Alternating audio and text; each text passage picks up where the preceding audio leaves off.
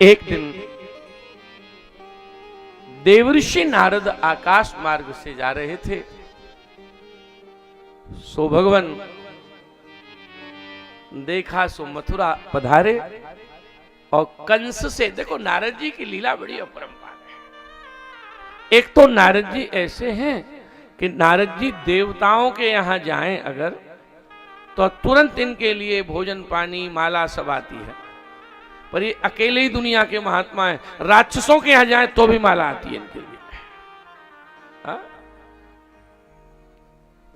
सब सरकारों में इनका समर्थन है। ऐसे हैं नारद जी।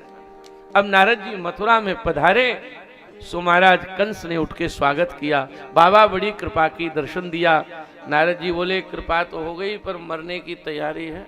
किसकी बाबा? तुम्हारी। कंस ने कहा क्या कह रहे हो? नारद जी कहते हैं, देखो नारद जी बड़े प्यारे। नारद जी कहते हैं देवकी और वसुदेव है ना जो, उन्होंने आपसे झूठ बोला था और 8वां छोरा नंद बाबा के यहाँ है, सो उसे पकड़ के मरवाओ। जो इतना कहा कंस ने तलवार निकाली देवकी और वसुदेव को मारने। नारद जी ने कहा फिर मूर्खता कर रहे हो, क्यों? इनसे क्या मतलब है, उसे पकड़ो ना। और महाराज यहां से नारद जी तुरंत उड़े और सीधे वृंदावन पधारे। ठाकुर जी 11 वर्ष के हैं। नारद जी पास में आए, ठाकुर जी से बोले प्रभु हमें तो बड़ी शर्म आ रही है। भगवान बोले बाबा काय बात की? तुम तो कह रहे थे परित्राणाय साधूनाम विनाशाय च दुष्कृताम, कह के आए थे मैं राक्षसों को मारने आऊंगा, यहाँ गोपियों के संग रास रचाते हो दिन भर। भगवान मुस्कुराए, बोले बाबा क्या करें, कंस को मारो परसों। और इतना कह के नारद जी फिर चले। महाराज यहां ठाकुर जी के एक काका हैं, चाचा लगते हैं, नाम है अक्रूर। और नारद जी ने वहां कंस को क्या कहा? कंस से कहा कि कंस तुमने कृष्ण को मरवाने के लिए बड़े बड़े क्रूर भेजे, बड़े बड़े क्रूर, लेकिन वो क्रूर न मार पाए, अब अक्रूर को भेजो। और महाराज आज अक्रूर भगवान के काका हैं, रथ में बैठ करके साहब चले हैं। सुबह के चले हुए शाम को वृंदावन पधारे। अच्छा अक्रूर जी सोच क्या रहे हैं? अक्रूर जी सोच रहे हैं मैं वृंदावन में जब जाऊं ना, तो शाम को जब प्रवेश करूं तो पहला दर्शन मुझे श्री कृष्ण का हो जाए। ध्यान करना, जीवन में अगर संकल्प अच्छा करोगे तो उसे ठाकुर जी पूरा जरूर करते हैं। जीवन ये पक्की बात है। हमने कहीं पढ़ा था ईमानदारी से भगवान से जो मांग लोगे, पर मांगना सच्चे मन से, वो तैयार देने बैठे, तैयार बैठे। अब यहां क्या हुआ? अक्रूर जी ने मांगा कि मैं जब वृंदावन में प्रवेश करूं तो मुझे ठाकुर जी का दर्शन हो जाए पहला। और महाराज जैसे ही वृंदावन में प्रवेश किया, 5:30-6 बज रहे हैं। श्री ठाकुर जी और दाऊ दादा गैया चरा के आए। गैया चरा के दोनों भैया आए। गैया और गैया के बछड़े ठाकुर जी बांध रहे, तब तक देख रहा सामने रथ आ गया। ठाकुर जी दौड़े, अक्रूर जी को पहचाना। काका जी राम राम। देखो एक बात कहूं मैं, बुरा मत मानना,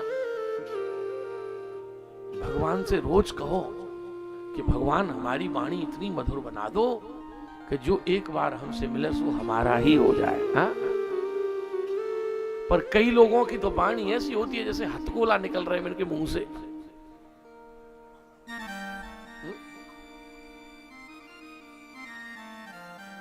हम लोग 4th क्लास में पढ़ते थे, तो हमें एक गुरुजी पढ़ाते थे, तो उनका दोहा अभी तक याद है। वो कहते थे कागा कागा काको धन हरे, कौआ किसी का कुछ लेता है? कागा काको धन हरे, कोयल काको देत, मीठी वाणी बोल के जग अपनो कर ले। आप कुछ और नहीं, लोगों से प्रेम करो, लोगों से खूब प्रेम करो, और लोगों से ऐसे प्रेम करो कि जिन लोगों से हम प्रेम कर रहे हैं ये भी हमारे ठाकुर जी के ही स्वरूप हैं। हाँ? अब यहां विचार करिए आप। अक्रूर जी आए और महाराज ठाकुर जी ने राम राम करी, अक्रूर जी तो बलिहारी हो गए। दाऊ दादा आए, दोनों भाइयों ने एक एक उंगली पकड़ी और नंद बाबा के महल में ले गए। यशोदा मैया नंद बाबा ने पूजन किया। देखो अतिथि घर में आए महाराज, तो अतिथि घर में आए तो ऐसा सोचो कि आपके घर भगवान आए। हमारे यहां शास्त्र ने 4 बातें कही, मातृ देवो भवः, पितृ देवो भवः, गुरु देवो भवः, और चौथा अतिथि देवो भवः। अतिथि घर में आए, समझो श्री भगवान किया। ये नहीं है कि कोई घर में आ जाए तो चाय बनानी पड़ेगी, सो 15 तरह के मुंह बनाओ। और इसमें भी एक बात है, क्या? नाराज मत होना, और होना तो हो जाना, कल जाना है अपने को। हाँ? पर माताओं नाराज मत होना। अतिथि के भी 2 तरीके हैं। अब सादाबाद में रह रही हैं और गांव से कोई गया और रात हो गई ज्यादा, घर का ही है। अब घर पे पहुंच गया तो तुरंत भैया ने, अरे वाह तुमने ठीक किया, अंधेरा हो गया, तुम रुक जाओ। और जो अंदर उसने की, भोजन बनाओ, भैया आए हमारे। बोले जी कितनी बार आते महीना में, पहले जी बताओ, इन पर कोई काम है? लई साइकिल रोज हमारे घर। और सुनो, अब बना तो रही हूं खाना। एक तो इनसे कहा जब आए तब टाइम से आया करें, 9 बज रहे हैं, सोने का टाइम है, सुबह जल्दी उठती हूं। और दूसरी सुनो, ये सुबह की सब्जी रखी है, ये गरम करके खिला दो। और कुछ तो परसों की भी है। ये फ्रिज जब से चलाए तब से बासे कार्यक्रम की बहुत बढ़त हो गई महाराज। खाए जाओ बासा, खाए जाओ बासा। लेकिन कान खोल के सुनो, ये तो पति के गांव से आया था इसलिए इतनी रामायण हो रही थी। और कहीं अपने गांव से आ जाए, 11:30 बजे आया अपने गांव वाला, पति वाला आया था 9 बजे, और 11:30 बजे आया। और उसमें भी वो पहले से ही पेट में हाथ मार रहा है, तसला सा पेट पीट रहा है। खाना नहीं खाऊंगा। अरे हाँ, खाना नहीं खाएगा। कब खाया था? अरे 5 ही बजे खाए। तो 5 और 11 ये दे। ना ना ना ना। अब और मुझे तू जानता है मैं कितनी फुर्तीली हूं, मुझे तो आलस है ही नहीं, ये चटपट बनी सब्जी। तो माता ये नहीं होना चाहिए। किस्मत तेरी खुल गई, कुर्बान जा मेहमान पर, खाना वो अपना खा रहा है तेरे दस्तखान पर। रोटी तो अपनी खा रहा है, भाग्य की बड़ाई तुम्हें मिल रही है, क्योंकि हर जीव अपना खाना स्वयं लेके आता है, कोई किसी को नहीं खिला रहा।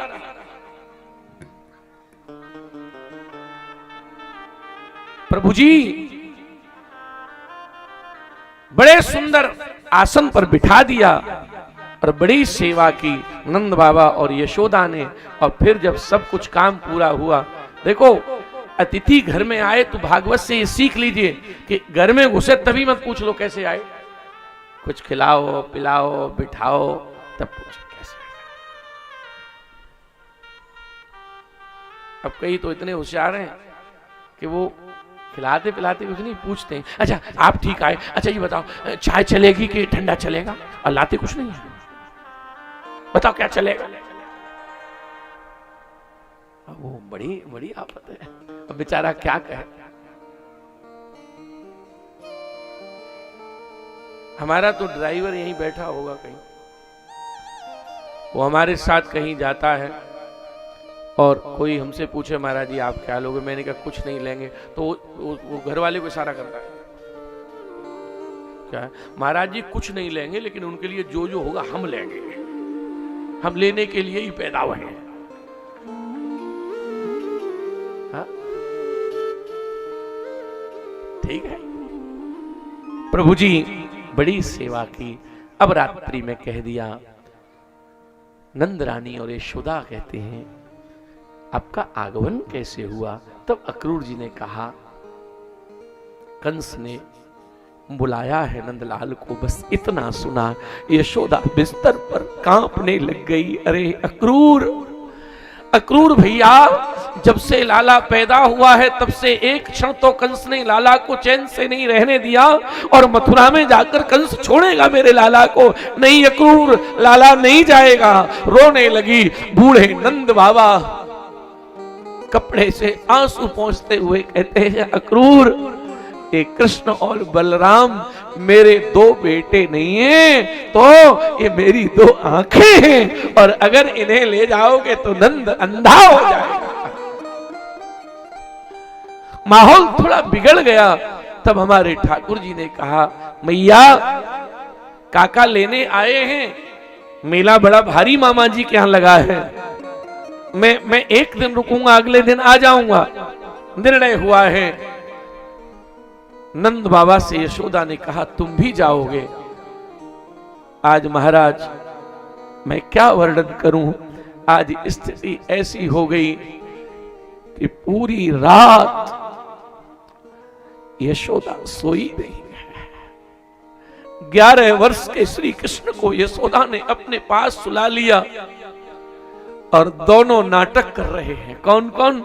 यशोदा नाटक कर रही है कि लाला को मेरे कष्ट का पता न लगे। सो यशोदा कहती है 1-2 घंटा होता है, 12 बजते हैं, यशोदा लाला के कमर पे हाथ फिरा के कहती है लाला। ठाकुर जी कहते मैया तो नींद ना आई, मैया तो ना आई। नहीं मैं तो सो रही थी, अभी अभी जगी हूं। दोनों में एक भी नहीं सोया। यशोदा 2 बजे रात्रि में फूट फूट के रोने लगी। श्री कृष्ण उठ के बैठे। माँ क्या हुआ? यशोदा ने कमर पर हाथ फेरा। लाला मुझे एक पीड़ा हो रही है। क्या?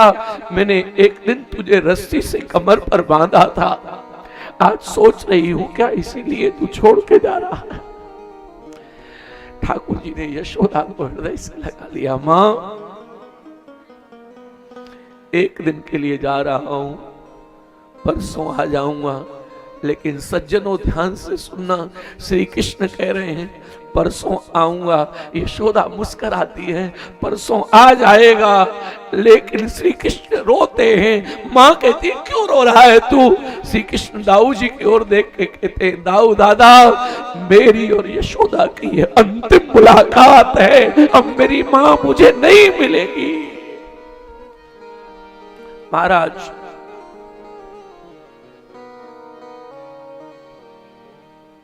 देख प्रातः काल हुआ, और प्रातः काल हुआ तो महाराज पूरे वृंदावन में सूचना पहुंच गई श्री कृष्ण जा रहे हैं। गोपी जो जहां खड़ी थी दौड़ ली। रथ पर ठाकुर जी सवार हो रहे थे। गोपियां हाथ जोड़ के कहती हैं मत मत जा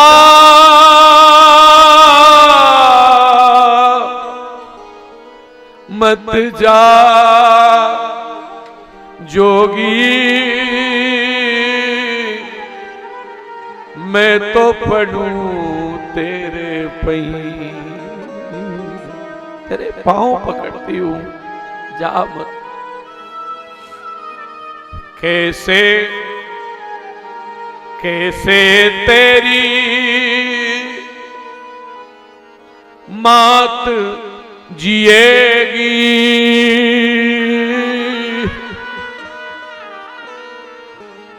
कैसे तेरी मात जिएगी कैसे जिएगी तेरी गैया, मत जा मत जा मत जा जोगी, मैं तो पढ़ूं तेरे पई। रो के कहते तुम जाओ मत। एक सखी आ गई, रथ के सामने सखियों ने घेर लिया, तो हमें पता है तुम क्यों जा रहे हो। सखी कहती है मुझे पता है, हमने बचपन में तुमसे चोर कहा, हमने तुमसे छलिया कहा। एक गोपी कहती है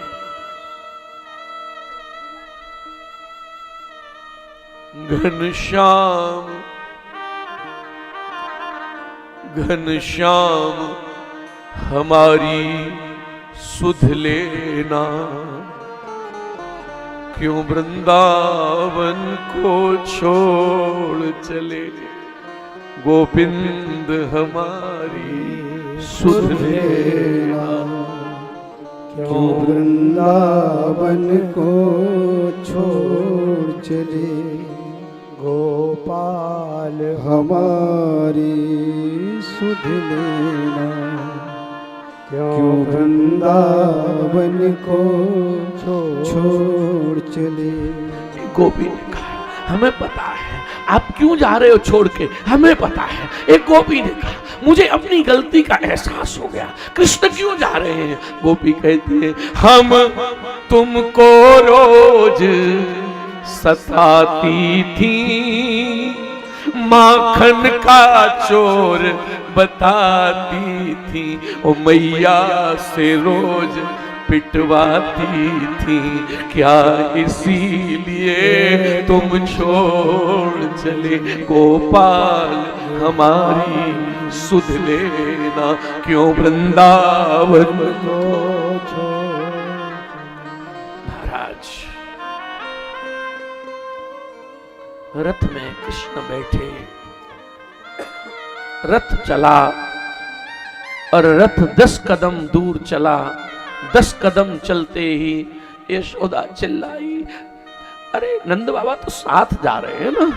यशोदा चिल्लाई, अरे सुनो जी रथ रोको रोको।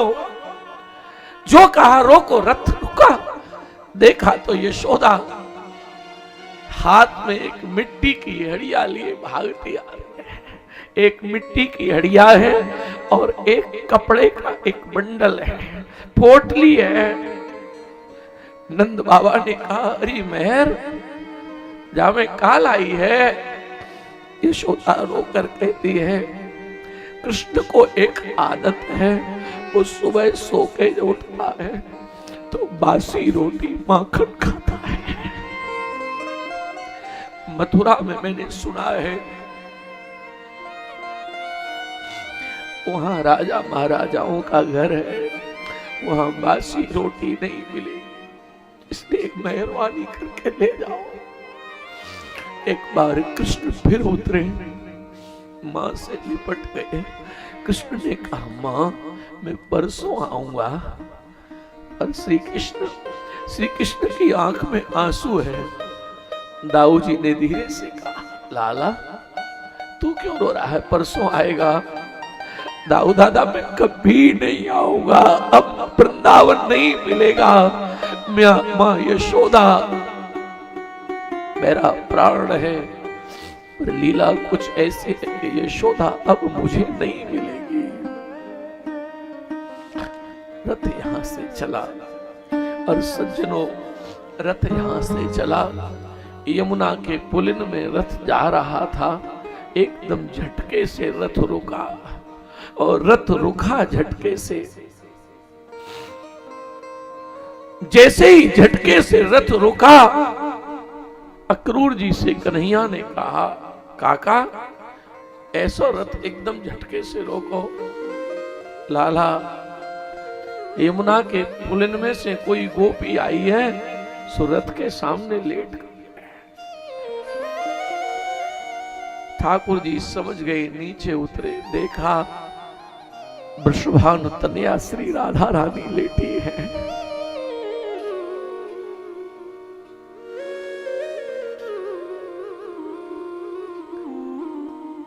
ठाकुर जी ने कहा राधा इतनी अधीर हो रही है, मैं आ जाऊंगा।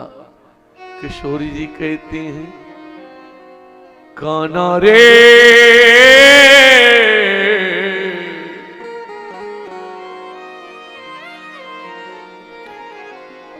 कान्हा रे तू राधा बन जा, छोड़ पुरुष का बान रे, तब होगा तुझको राधा की पीड़ा का अनुमान रे। कान्हा रे ओ कान्हा रे।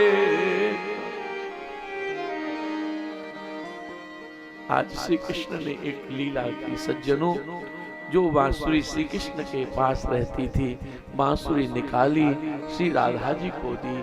तुम्हें पता है श्यामा, मैं बांसुरी से कितना प्रेम करता हूँ। बोले हाँ, तो मैं सबसे प्यारी चीज तो दे दिए जा रहा हूँ। आज किशोरी जी कहती हैं कैसे वक्त की बात है, इस बांसुरी को तो मैं अपनी सौतन कहती थी, पर अब इस सौतन को ही हृदय से लगा के जीना पड़ेगा, क्योंकि अब कोई सहारा नहीं है। कृष्ण वेणु दे। यहाँ से श्री कृष्ण का सज्जनों प्रस्थान होता है, और ये प्रस्थान रास्ते में अक्रूर जी ने यमुना स्नान किया। श्री कृष्ण का